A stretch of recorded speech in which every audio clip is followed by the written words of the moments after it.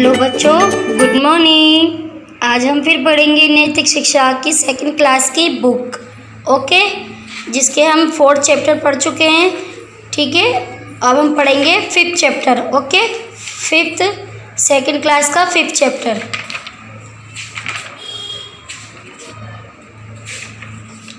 ठीक है, ये हम पढ़ेंगे। देखिए, इस चैप्टर का नाम है लालची ना बने। देखो, इस चैप्टर के नाम से ही हमें पता चल रहा है कि हमें ज़्यादा लालच नहीं करना चाहिए। हमारे लिए ज़्यादा लालच बुरी बला है। हम जब भी कोई ज़्यादा लालच करते हैं ना, गलत परिणाम उठाना पड़ता है। ओके, अब हम इसमें देखेंगे कि इस चैप्टर में क्या लालची कौन बना था। ओके, देखिए, बहुत समय पहले की बात है कि किसी जंगल में एक बाघ रहता था। काफ़ी समय की बात है कि एक जंगल में एक बाघ रहता था। समय के बीतने के साथ साथ वह बहुत बूढ़ा हो गया और शिकार नहीं कर सका। किसी जंगल में एक बाघ रहता था और जैसे जैसे समय बीतता गया वो बहुत बूढ़ा हो गया और वो शिकार नहीं कर सकता था। ठीक है, हम आगे पढ़ते हैं। एक दिन वह बाघ झील के किनारे टहल रहा था। क्या कर रहा था वो बाघ? एक दिन झील के किनारे टहल रहा था। अचानक उसकी आंखों के सामने एक सोने का कंगन आ गया। ठीक है, वो एक दिन झील के किनारे वो टहल रहा था और अचानक उसकी आंखों के सामने क्या आ गया? एक सोने का कंगन आ गया। जल्दी से उसने कंगन उठा लिया और सोचा कि इसका उपयोग वह किसी को ललचाकर पकड़ने के लिए करेगा। जल्दी से उस कंगन को उठा लिया और उसके मन में उसने अपने दिमाग में सोचा कि वह इसका उपयोग किसी को ललचाकर पकड़ने के लिए करेगा। उसी दौरान एक ब्राह्मण उसी झील की तरफ से गुजरा। उसी वक्त एक ब्राह्मण झील की तरफ से गुजरा। बाघ ने ब्राह्मण को आकर्षित करने की युक्ति सोची। ब्राह्मण जो था वो बाघ जो था उसने ब्राह्मण को अपनी तरफ खींचे। आकर्षित मतलब कि कोई अपनी तरफ हमें अट्रैक्ट करता है, मतलब अपनी तरफ खींचता है। ठीक है, करने की युक्ति सोची। ठीक है, अब हम आगे पढ़ते हैं। अब उसने अपने पंजे में इस प्रकार कंगन को पकड़ा ताकि वह ब्राह्मण को दिखाई दे। उसने अपने पंजे में इस प्रकार कंगन को पकड़ लिया था ताकि वह ब्राह्मण को दिखाई दे जाए। और वह बोला कि और क्या बोला था? क्या तुम ये सोने का कंगन लेना पसंद करोगे? बाघ बोला ब्राह्मण से, क्या तुम ये सोने का कंगन लेना पसंद करोगे? मुझे इसकी आवश्यकता नहीं है। बाघ बोला ब्राह्मण से, तुम ये कंगन ले लो, मुझे इसकी आवश्यकता नहीं है। अब हम आगे पढ़ते हैं। ब्राह्मण कंगन लेना चाहता था परंतु वह बाघ के पास जाने से कतरा रहा था। ब्राह्मण जो था वो कंगन लेना तो चाहता था परंतु बाघ के पास जाने से डर रहा था। ठीक है, उसने बाघ से पूछा, मैं तुम्हारा कैसे विश्वास कर सकता हूँ? उसने बाघ से पूछा, ब्राह्मण ने, मैं तुम्हारा कैसे विश्वास कर सकता हूँ? मैं जानता हूँ कि तुम एक जंगली जानवर हो और मुझे मार दोगे। ब्राह्मण बोला कि मैं जानता हूँ तुम एक जंगली जानवर हो और मुझे मार दोगे। बाघ बोला, मैं इस संसार में बिल्कुल अकेला हूँ और मैंने अपने आप को अच्छे कामों में लगा लिया है। बाघ क्या बोला? मैं इस संसार में बिल्कुल अकेला हूँ और मैंने अपने आप को एक अच्छे कामों में लगा लिया है। और हाँ, अब मैं बूढ़ा भी हो गया हूँ। और क्या बोला? हाँ, मैं बूढ़ा भी हो गया हूँ, मेरे दांत भी नहीं है और मेरे पंजे भी अब तेज नहीं रहे। बाघ बोला कि मैं बूढ़ा भी हो चुका हूँ, मेरे दांत भी नहीं है और मेरे पंजे भी अब इतने तेज नहीं है, इसलिए मुझसे डरने की कोई ज़रूरत नहीं है। इसलिए वो बोला बाघ कि मुझसे डरो मत, मुझसे डरने की कोई ज़रूरत नहीं है। ब्राह्मण बाघ की चतुराई भारी बातों में आ गया और जल्द ही सोने के प्रेम ने उसके डर पर काबू पा लिया। ब्राह्मण जो था बाघ की चतुराई पर बातों पे भरोसा कर लिया और जल्द ही सोने का प्रेम, एक तो सोने का लालच था उसे, तो उसका जो सोने का जो लालच था, प्रेम था, उसके डर पे उसने काबू कर लिया। ठीक है, वह झील में कूद गया ताकि तैरकर बाघ तक पहुंच जाए। वह किस में कूद गया? झील में, ताकि वो कूदकर झील तैरकर बाघ के पास पहुंच जाए। परंतु बाघ की युक्ति के अनुसार वह दलदल में फंस गया।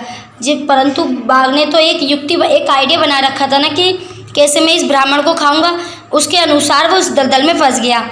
ये देखकर बाघ ने उसे दिलासा दिया और बोला, ओहो, तुम चिंता करने की कोई आवश्यकता नहीं है।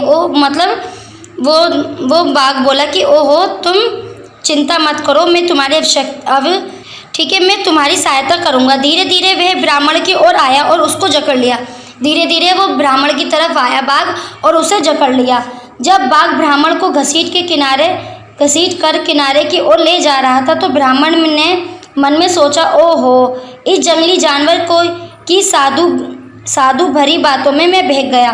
ब्राह्मण मन में सोचा कि ओफो, अब इस जंगली जानवर की साधु मतलब इसकी बातों में, भारी भारी बातों में वो बहक गया था। ठीक है, एक हिंसक जानवर हमेशा हिंसक जानवर रहता है, क्योंकि एक जानवर हमेशा जानवर ही रहता है। अगर मेरी अक्ल पर मेरा लालच भारी ना पड़ा होता तो आज मैं जिंदा होता। अब तो वह बहुत देर हो चुकी थी। बाघ ने ब्राह्मण को मार दिया और खा गया। ठीक है, अब वो कहने लग गया कि एक हिंसक जानवर जानवर ही रहता है। मेरी अकल पर लालच, मेरी अकल पर क्या था, उसकी अकल पे क्या पड़ गया था, लालच भारी पड़ गया था। इस वजह से अगर उसकी अकल पर लालच भारी नहीं पड़ता तो आज वो जिंदा होता। अब तो बहुत देर हो चुकी थी क्योंकि बाघ उसे मारकर खा चुका था। देखो, इस चैप्टर में यही बताया गया है कि हमें हमेशा लालच नहीं करना चाहिए, क्योंकि हम जब हम ज़्यादा लालच करते हैं तो हमें उसका बुरा परिणाम उठाना पड़ता है। जैसे कि इस टाइम ब्राह्मण ने करा था। अगर ब्राह्मण बाघ की बातों में नहीं आता तो आज वो जिंदा होता और वो जिंदा होकर अपने घर में सुरक्षित रहता। देखो, बाघ ने तो अपनी चतुरताई दिखा दी। अगर यही चतुरताई वो ब्राह्मण दिखाता तो आज ब्राह्मण जिंदा होता। इसलिए आज ब्राह्मण की अकल पर क्या पड़ गया था, लालच भारी पड़ गया था। इसलिए चैप्टर में यही है कि हमें हमेशा अपनी अकल दौड़ानी चाहिए, क्योंकि जब तक हम अपना दिमाग नहीं चलाएंगे हमें क्या पता चलेगा कि हमारे लिए क्या सही है क्या गलत है। बताइए क्लास, है ना। हमें हमेशा लालच नहीं करना चाहिए, लालच हमेशा बुरी बला होती है। इस चैप्टर में यही है, कभी भी हमें लालच ज़्यादा नहीं करना चाहिए। हमारे पास जो है, जितना भी है, जैसा भी है, हमें हमेशा उसमें ही खुश रहना चाहिए। हमें क्या पता हमारे लिए क्या सही है क्या गलत है। ठीक है क्लास, हमें क्या पता था, लालच बहुत बुरी बला होती है ना। ठीक है क्लास, हमें हमेशा लालच नहीं करनी चाहिए। पता चला था ना कि लालच बहुत बुरी बला है, हमें हमेशा लालच नहीं करना चाहिए। अब हम इसका पढ़ेंगे चैप्टर के क्वेश्चन आंसर, जिसका नाम है, अब हम पढ़ेंगे अभ्यास के मुख्य प्रश्न, जिसका पहला क्वेश्चन है, बाघ कहाँ रहता था। बाघ जंगल में रहता था। बाघ शिकार क्यों नहीं कर सकता था। बाघ शिकार इसलिए नहीं कर सकता था क्योंकि वो बूढ़ा हो गया था। बाघ को झील के किनारे क्या मिला था। बाघ को झील के किनारे सोने का कंगना मिला था। ठीक है, हम पढ़ेंगे सेकंड क्वेश्चन, उचित विकल्प पर सही का चिन्ह लगाएं। अब हम पढ़ेंगे, देखिए, बाघ ने शिकार को लालच करने के लिए उठा लिया क्या, कंगना। इस पे थर्ड बॉक्स पे राइट का निशान लगाइए, कंगना। बाघ ने शिकार करने के लिए कंगना उठा लिया था। अब इसका पढ़ेंगे हम खा का क्वेश्चन, झील की ओर से एक ब्राह्मण गुजर रहा था। तो सेकंड बॉक्स में ब्राह्मण आएगा। ठीक है, हम पढ़ेंगे थर्ड,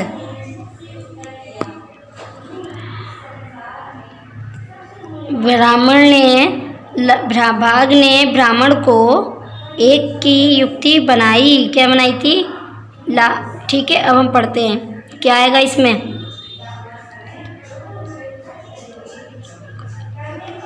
बाघ ने ब्राह्मण को पकड़ने की युक्ति बनाई। तो सेकंड बॉक्स में क्या आएगा, राइट का निशान लगाएंगे। ओके, हम पढ़ेंगे थर्ड, निम्नलिखित वाक्यों के सामने सही या गलत लिखें। ओके, बाघ शिकार करने के लिए बहुत बूढ़ा हो चुका था। राइट, यहाँ पे राइट का निशान लगाइए। बाघ ने ब्राह्मण को सोने का हार दिखाया। गलत, सोने का हार नहीं था, कंगन था। ओके, गलत का निशान लगाइए यहाँ। ब्राह्मण कंगना पाने के लिए झील में कूद पड़ा। हाँ, ठीक है, राइट। बाघ ने ब्राह्मण को मार डाला और खा गया। राइट, यहाँ भी राइट का निशान लगाएंगे आप। हम पढ़ेंगे फोर्थ, वर्ग में दिए गए शब्दों के द्वारा वाक्यों की पूर्ति करें। ओके, रास्ते में बाघ सोने का कंगना दिखाई दिया। तो डैश में क्या आएगा, कंगना। ब्राह्मण को सोने का कंगना लेना चाहता था। ब्राह्मण सोने का कंगना लेना चाहता था। डैश में क्या आएगा, सोने। ठीक है, तो ये दो क्वेश्चन आप खुद करोगे। ब्राह्मण ने बाघ के पर काबू पा लिया। बाघ की युक्ति अनुसार ब्राह्मण में फंस गया। ठीक है, ये क्वेश्चन आप खुद करोगे।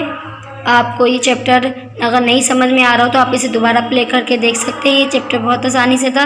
बस इसमें हमें यही कहा गया है कि हमें लालच का सदैव ही बुरा प्रतिफल मिलता है।